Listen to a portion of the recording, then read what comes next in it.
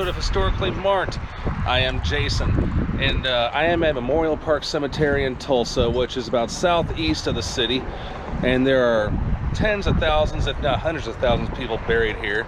And this is going to be a cemeteries edition, not a cemeteries with markers, because even though there are a couple memorials and some monuments here, there's not really many historical markers here, or I'm sorry, none. But I will visit a few famous interments here, so I'll go ahead and show you. We'll start the tour. And this is the final resting place for Wayman Tisdale. It's just not too far from the entrance. As a matter of fact, it's the first thing you see if you're coming from 51st Street. But Wayman Tisdale, he was an all-star NBA player. He was inducted into the National Collegiate Basketball Hall of Fame in 2009, the same year he passed. He attended Booker T. Washington High School here in Tulsa. He passed away at age 44. And the teams that he played for were the Sacramento Kings and the Phoenix Suns. 1997 was the last year that he played. And aside from his sports career, he was also a jazz musician. He, in fact, charted a couple albums on the Billboard charts. Just to give you a little close-up. And on here it says, "To my family, quitting is never an option." Love it. Here's the final resting place for Roy Clark. For those who don't know who he was an all-around country superstar, and during the 1960s and beyond, legendary entertainer, as it says on his stone.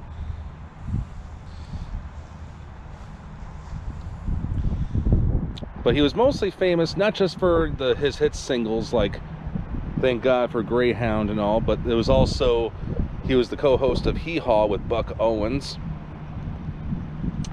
And truthfully, I never really did get into, getting more into his music. I mean, of course I will eventually, but I almost saw him live probably 10 years ago. Like, he was playing in St. Louis, and I was like, oh wow, Roy Clark's going to be in town. He was playing at some casino in St. Louis, and normally after casino shows, sometimes the entertainers and the artists come out and greet people, but it would have been cool to meet him. But then again, I was like, well, I don't really know that many of his songs, so I backed out, and so with regrets. But I am at his grave right now.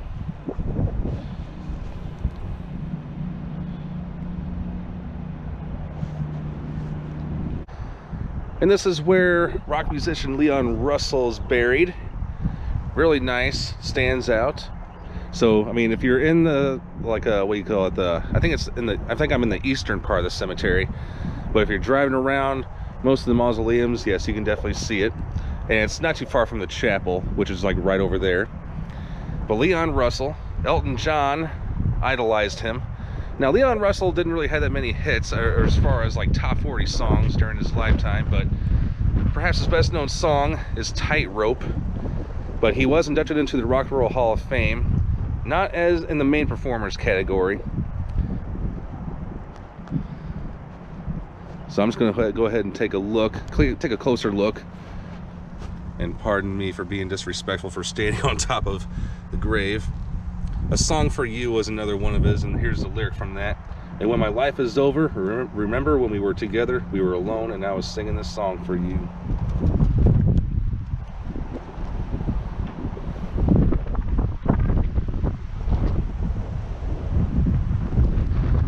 And also, Elton John and Leon Russell also did an album together, and I think it was about a little over 10 years ago that came out. And where you see those flowers and all those coins is the grave of Sam Kinison, the comedian. And this one, you know, he is one of my all-time favorite comedians. He was well beloved, but he was also hated, and I won't get into that, but let me put it to you this way. His comedy probably wouldn't fly today, but it lives on through YouTube, his albums that he put out during his career. And I mean, he was on Saturday Night Live. I mean, he was well known for, you know, his raunchy comedy. A lot of it that would be way too offensive today to some of the younger crowd. But he lived a full life. And I've read a lot about him. Like, and Howard Stern did a chapter on him in his autobiography, Private Parts, and him and Sam were good friends. I think they were best friends too. Like, they hung out together. And I'll tell you one thing that's really interesting from that book, Private Parts. Howard Stern did tell a lot of details about how they would go out and party and get drunk and all that. But I mean, he wasn't afraid of his public image. You know, he would not be afraid, you know, to say of alcohol and drug abuse and all that, and his wild lifestyle. But there was one thing that he really did care about. He cared about what his mother he cared about what his mother thought. Sorry. Like, there was one thing where you know, Howard Stern was like, "Hey Sam, why don't we get our ears pierced or something?" And Sam said no. And he really did care what his mother thought, and he really cared that he didn't want a hole in his body. He was afraid his mother would definitely flip out. But his life was cut short in a tragic car accident in Barstow, California. If he were alive today, I don't know what he would think, because I mean, comedy, you know, especially his brand of comedy, or his type of comedy, is kind of died down. Some may say it's become less offensive and all that. I don't know. That's up to you to think. But, and plus, he was also in the movie Back to School, and he was also well known for his shout, "Hey, hey, hey!" I can't do it well good as him. But in another time and place, he would have been called Prophet. And by the way, the section that he is buried in is called the Garden of the Apostles, because yes, he was a Pentecostal preacher before he became a comedian. But I mean, if you do have an open mind, I suggest you definitely go on Spotify or YouTube or wherever you can find his recordings and his video, because maybe you'll get a good laugh. Who knows? And he is buried next to his family. And by the way, Sam, I believe, did not live in Tulsa in his lifetime. He lived in California and Washington, and I believe someplace else. But the reason he is buried here is because, you know, to be buried with his family. So of all places in the world, Tulsa, Oklahoma is where it's at. And on an unfortunate note, I was not able to find the grave stone of, or grave plaque of Bob Wills, the country western singer.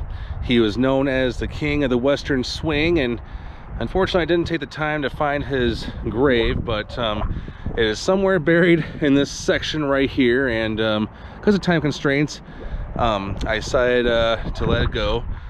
But I do hope you enjoyed this video thus far, and I'll give you some names of some more notable interments here.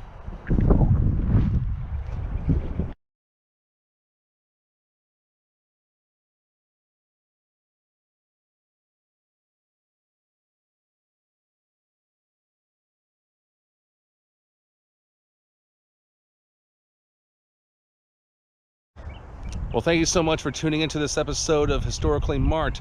This is kind of an unorthodox cemeteries with markers edition, because there were really no markers here, but because there were some famous people buried here, I decided to do an episode, and plus I was in the neighborhood in Tulsa, Oklahoma. So, all right. Well, thanks so much for tuning in. I am Jason, signing off.